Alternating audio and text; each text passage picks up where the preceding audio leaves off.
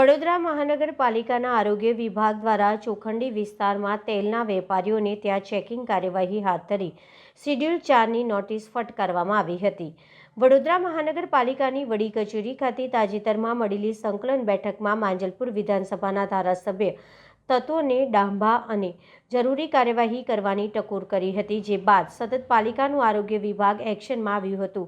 આજે પણ પાલિકાના આરોગ્ય વિભાગની જુદી જુદી ટીમો દ્વારા ચોખંડી વિસ્તારમાં તેલના વેપારીઓના ત્યાં આકસ્મિક ચેકિંગની કામગીરી હાથ ધરી હતી, જ્યાં ક્ષતિ જણાઈ આવતા શિડ્યુલ 4ની નોટિસ આપવામાં આવી હતી તેમજ તેલના નમૂના એકત્રિત કરવામાં આવ્યા હતા.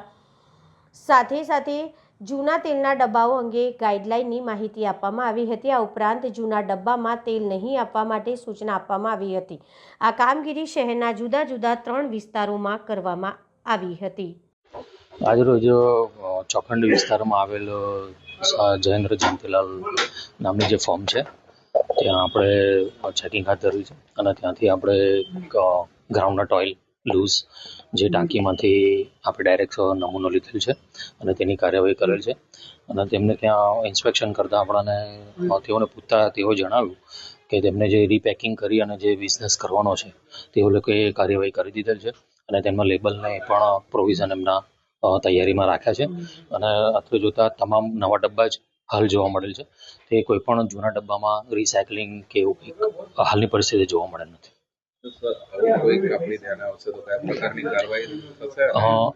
અગાઉ પણ એમને એસોસિએશને બોલાવીને આપણે મિટિંગ કરાવેલી અને તેમાં જણાવેલ કે તેમને લાયસન્સ જે છે એ રીપેકિંગ કરાવી અને તેમના લેબલ આધારે જ પેકિંગ કરી અને સ્ટીકર લગાવી અને સેલ કરવાનું, અને જો એ પ્રમાણે કાર્યવાહી નહીં કરવામાં આવે તો FSSI અંતર્ગત જે સેક્શન મુજબ નિયમ ભંગ થતો હશે તે મુજબની આગળની કાર્યવાહી કરવામાં આવશે.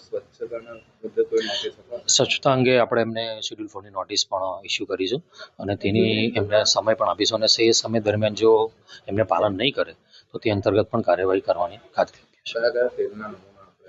હાલ અહીંથી આપણે ગ્રાઉન્ડનટ ઓઇલ લૂઝનો નમૂનો લેવાની કાર્યવાહી કરેલી છે. ફૂડ સેફ્ટી ઓફિસરો દ્વારા વડોદરા શહેરમાં જે તેલના વિવિધ છૂટક અને જથ્થાબંધ તેલના વિક્રેતાઓ છે ત્યાં ઇન્સ્પેક્શન અને સેમ્પલિંગની કામગીરી આજે હાથ ધરવામાં આવેલી છે. હાલ કઈ જગ્યાએ કામગીરી ચાલુ છે અને શું આપણે હાલ અત્યારે ચોખંડી વિસ્તારમાં જે સાયનાથ એન્ટરપ્રાઇઝ છે ત્યાં આગળ અત્યારે ઇન્સ્પેક્શનની કામગીરી ચાલી રહી છે અને તેઓ સેન્ટ્રલ લાયસન્સ ધરાવતા હોવાથી ઇન્સ્પેક્શન કરીને તેમને જે તેલના ટીનના યુઝની ગાઈડલાઇન છે તેનાથી માહિતગાર કરવામાં આવેલા છે અને તે લોકો જે રિસાયકલ થયેલા ટીન વેચે તેનો ઉપયોગ કરવાનું બંધ કરાવેલું છે. અને એ જે કોઈ પણ કસ્ટમર હોય કે એ લોકો યુઝ કરતા હોય તો ના કરે, અને કસ્ટમર પણ જો લઈને આવતા હોય તો એમને એવા ટીનમાં એ લોકો તેલ ના આપે અને આ લોકોએ ફક્ત જે વર્જિન ટીન યુઝ કરવાના છે તેવું તેમને ગાઈડ કરેલા છે. હાલની અંદરની જે પરિસ્થિતિ છે, મોટરથી માંડીને દરેક જગ્યા પર ગંદકી જોવા મળે છે, બધું કાર જામેલો છે પાઇપો પર. પાઇપો પર એક ક્ષાર જામેલો નથી, કલર ઉખડી ગયેલો છે, બરાબર છે. અને સ્વચ્છતાને એ બધાને લગતું પણ જ્યારે એમને ગાઈડ કરતા હોય આ બધી વસ્તુ તો એ કહી જ દીધેલી હોય કે તમારે રૂટીનમાં જે સેનિટેશન ને ક્લીનલીનેસ મેન્ટેન કરવાની હોય તે કરશે એ લોકો, અને એ પણ અમે એમને કહેલું જ છે.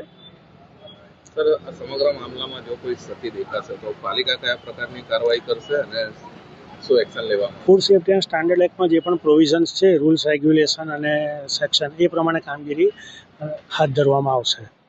હાલ સુધી કેટલી દુકાનોમાં ચેકિંગ થઈ અને ચેકિંગ બીજે ક્યાં? આજે 3 દુકાનોમાં 3 વિસ્તારોમાં લગભગ 4 થી 5 દુકાનોમાં ઇન્સ્પેક્શન અને સેમ્પલિંગની કામગીરી હાથ ધરવામાં આવી રહી છે.